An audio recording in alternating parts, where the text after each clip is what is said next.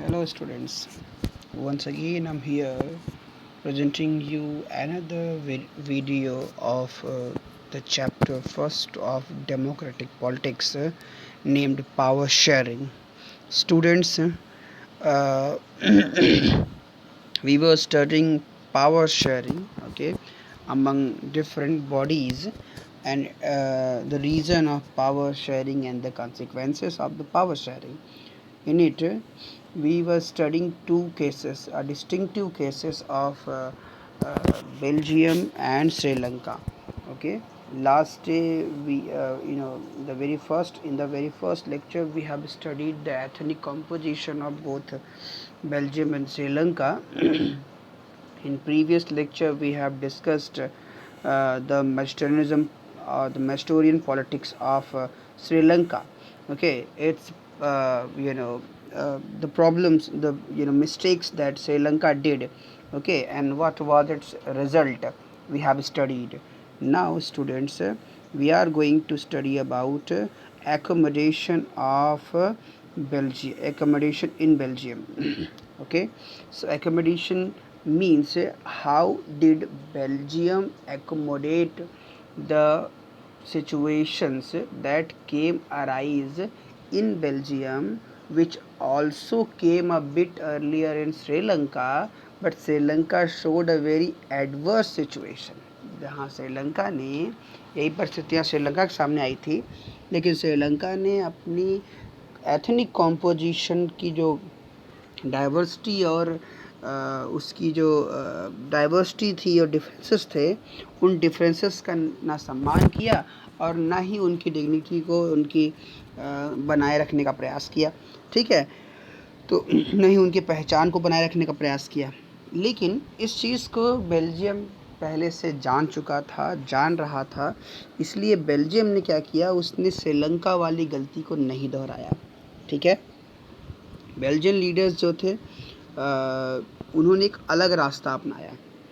ठीक है, उन्होंने क्या किया, उन्होंने अपने देश के रीजनल डिफरेंसेस और कल्चरल डाइवर्सिटीज़ को, उनके अस्तित्व को पहचाना, उनको अपनी पॉलिसीज़ में जगह दिया कि जो रीजनल डिफरेंसेस होता है एरिया वाइज से, और जो कल्चरल डाइवर्सिटीज़ होती है उनको रिस्पेक्ट देने की बात उन्होंने सोची.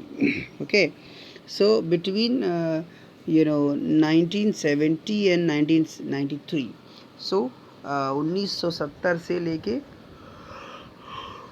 1973 के बीच में ओके, जो बेल्जियम का कॉन्स्टिट्यूशन था उसमें 4 बार चेंजेस किए गए. ठीक है, बेल्जियम के कॉन्स्टिट्यूशन में 4 बार जो है वो चेंजेस किए गए, और वो जो चेंजेस अमेंडमेंट्स किए गए, ठीक है, जिससे कि वो हर किसी को, हर एक कास्ट या क्लास को अरेंज कर सके, एक देश में एक तरीके से, एक बराबर तरीके से अरेंज कर सके. इसके लिए उन्होंने अपने कॉन्स्टिट्यूशन में 70 से लेकर 93 के बीच में उसमें 4 बार कॉन्स्टिट्यूशनल अमेंडमेंट किए. ठीक है, तो जो अरेंजमेंट था they worked out is different from any other country. तो जो अरेंजमेंट उन्होंने किया अपने यहाँ देश में, ठीक है, जो अरेंजमेंट उन्होंने अपने यहाँ परफॉर्म किया डिफरेंट क्लास और कास्ट के लिए, जो है वो किसी और देश से बिल्कुल ही अलग और इनोवेटिव था. ठीक है, here are some of the elements of the Belgian model. तो क्वेश्चन के रूप में पूछता है कि क्वेश्चन ऐसे पूछ सकता है, how did Belgium accommodate the situation of his cultural and ethnic diversities. Yeah, what was the Belgian model? Okay, तो बेल्जियन मॉडल पूछेगा तो ये इस तरह से बेल्जियन मॉडल भी पूछ लेता है, तो आप इस चीज़ को जानते रहेंगे.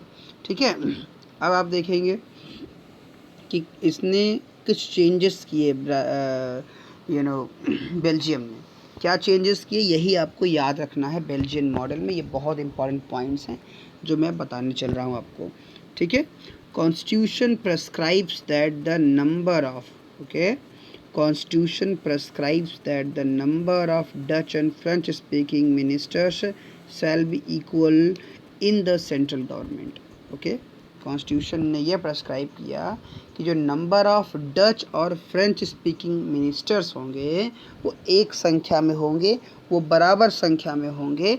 कहाँ पे? In the central government. Central government में दोनों ही कम्युनिटी के, क्योंकि दो मेजर कम्युनिटी वहाँ पे थी, तो दोनों ही मेजर कम्युनिटीज़ के लिए नंबर ऑफ मिनिस्टर्स को इक्वली डिवाइड कर दिया गया कि अगर 10 मिनिस्टर होंगे तो 5 डच स्पीकिंग और 5 फ्रेंच स्पीकिंग होंगे।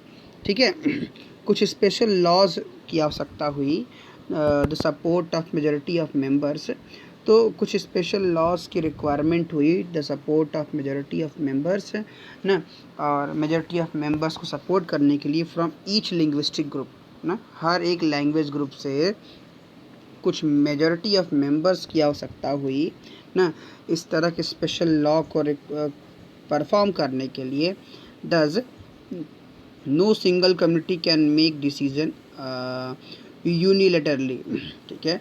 अब उसने क्या किया कि जब एक देश में वहाँ की जो वहाँ की पार्लियामेंट होगी, वहाँ की जो गवर्नमेंट होगी, अगर वो गवर्नमेंट एक जैसे कार्य कर रही है, अगर वो गवर्नमेंट एक जैसा पॉलिसी बना रही है, एक जैसी, मतलब अगर एक गवर्नमेंट में सभी मेंबर्स जो है इक्वली डिवाइडेड हैं, ठीक है, इक्वली डिवाइडेड हैं, तो क्या होगा कि डिसीज़न लेने से पहले वो उनकी राय लेंगे, वो उनकी राय लेंगे ना, और कोई भी डिसीज़न कोई किसी के फेवर में करने का प्रयास नहीं करेगा अपने फेवर में, वो दोनों के फेवर की बात सोच कर के ही उसमें चेंजेस करेगा ना। तो कुछ स्पेशल लॉज की रिक्वायरमेंट होती थी, require the support of majority of members from each linguistic group.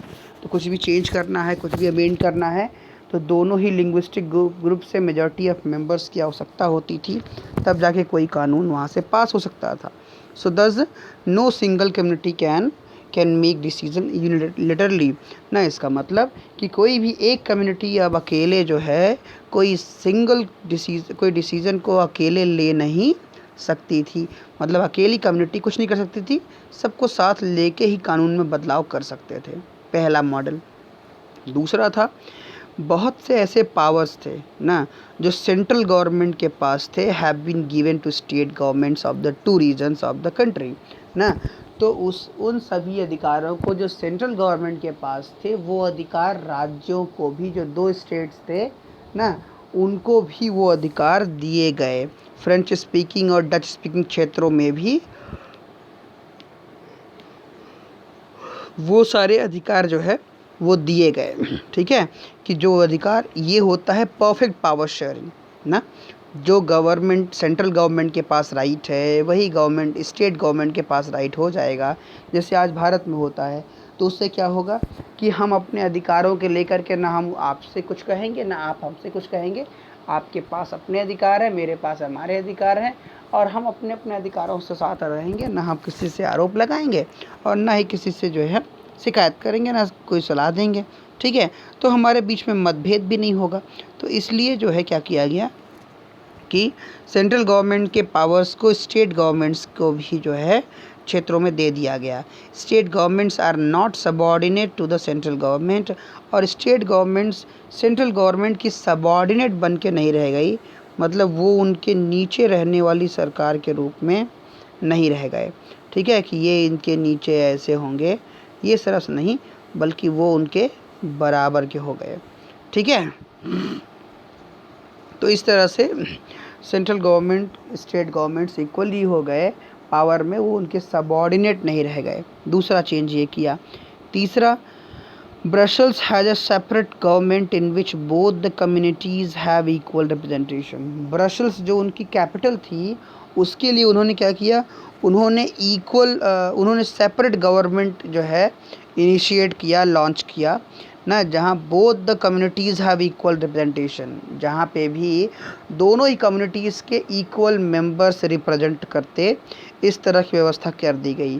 French speaking people accepted equal representation in Brussels because the Dutch speaking community has accepted equal representation in the central government. अब दोनों ही communities ने इस equal representation को स्वीकार कर लिया क्योंकि देश में डच ज़्यादा थे, फ्रेंच कम थे। इसके बावजूद भी डच लोगों ने इक्वल रिप्रेजेंटेशन को एक्सेप्ट कर लिया था।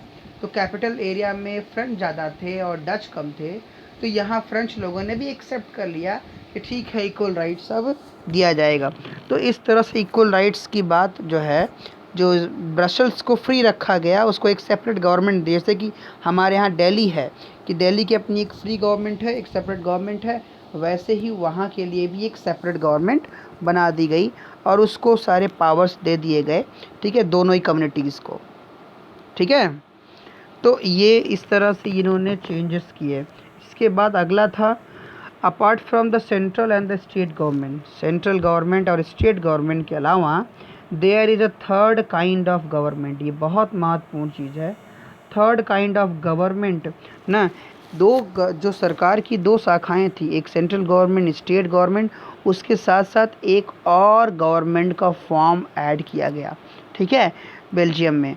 इस गवर्नमेंट को कहा गया कम्युनिटी गवर्नमेंट, ठीक है, is elected by people belonging to one language community.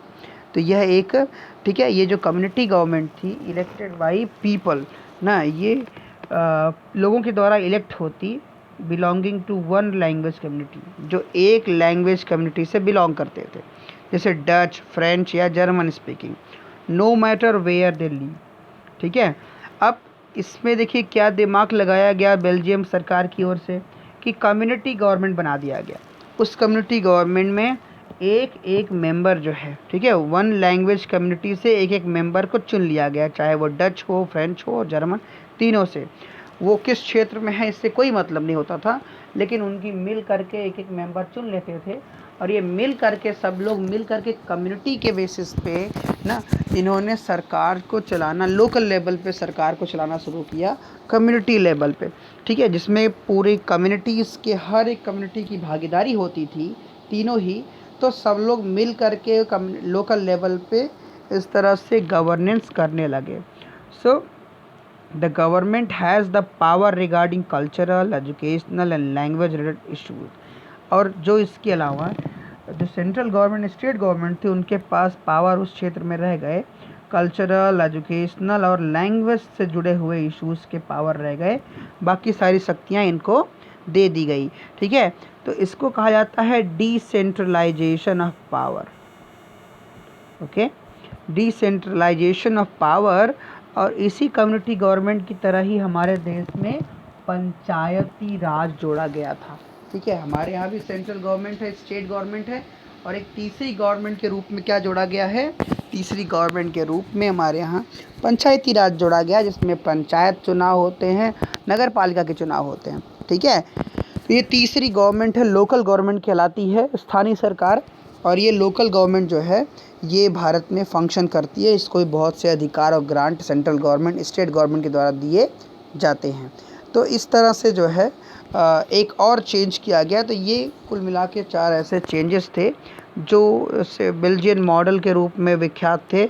और इस तरह से बेल्जियम ने क्या किया कि अपने लोकल लोगों को भी रिप्रेजेंटेशन देने का काम किया, जिससे वहाँ पे भी नाराज़गी न रह जाए। तो इस तरीके से बेल्जियम ने अपने यहाँ चीज़ों को एकोमोडेट किया। तो आप इस चीज़ को पा सकते हैं कि बेल्जियन जो मॉडल था वो बहुत ही कॉम्प्लिकेटेड था, बहुत ही जटिल था ना। It needed is very complicated, जो इसकी आवश्यकताएं थी वो बहुत जटिल थी। Even for people living in Belgium, जो लोग बेल्जियम रहते थे उनके लिए भी बहुत ही कॉम्प्लेक्स थी इनकी जो भी पॉलिसीज़ थी।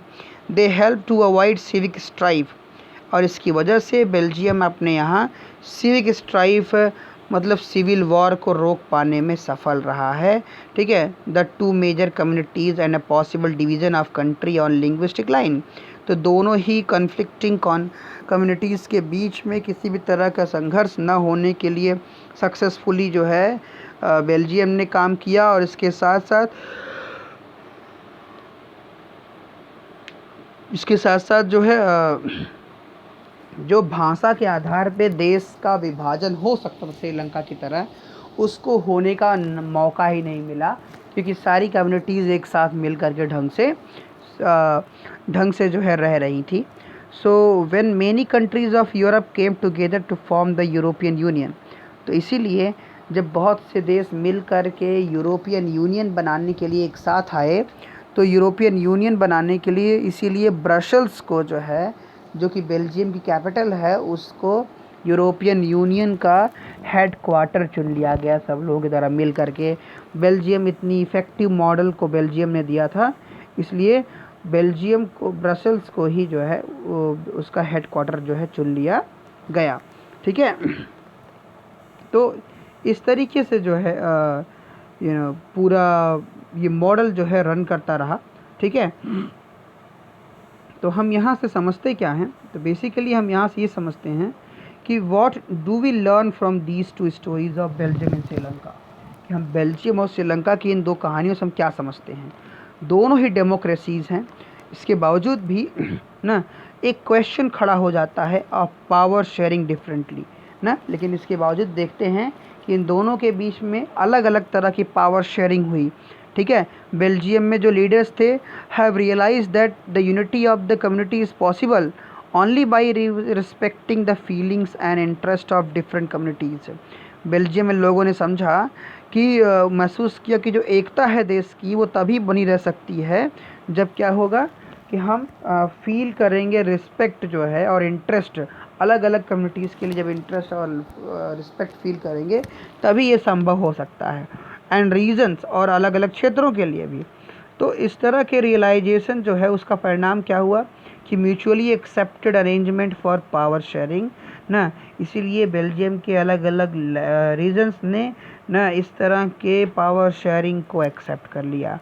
ठीक है, सो इंडिया श्रीलंका शोज़ अ कॉन्ट्रास्टिंग एग्जाम्पल। श्रीलंका ने वहीं इसके विपरीत उदाहरण पेश किया ना, उसने दिखाया that if majority community wants to force, कि अगर मेजॉरिटी कम्युनिटी जो है wants to force its dominance over others, कि अगर मेजॉरिटी कम्युनिटी किसी देश की वो अपना डोमिनेंस जो है और एक्सर्ट करना चाहती है दूसरों के ऊपर, and refuse to share power, और अगर पावर को शेयर करने से मना करना चाहती है, करती है, so it can undermine unity of country, तो इससे देश की एकता को नुकसान पहुंच सकता है। तो ये पावर शेयरिंग के राइट कॉन्सेप्ट को सामने लाता है बेल्जियन मॉडल। ठीक है स्टूडेंट्स, हमने बेल्जियन मॉडल पढ़ लिया, हमने श्रीलंकन मॉडल पढ़ा। श्रीलंकन मॉडल को मेडिटेरेनिज्म कहते हैं। बेल्जियम मॉडल में 4-5 ऐसे बड़े बदलाव हुए बेल्जियम के द्वारा, ब्रसल्स के द्वारा, और वो ही आपको याद रखना है इस क्वेश्चन में। ठीक है, तो बस आज के लिए इतना ही। अगले दिन हम लोग पढ़ेंगे कि why power sharing is desirable, और उसके आगे एक लेक्चर और जाएगा। ठीक है स्टूडेंट्स, तो this is what all about for today's lecture. So till then, thank you everyone, enjoy yourself.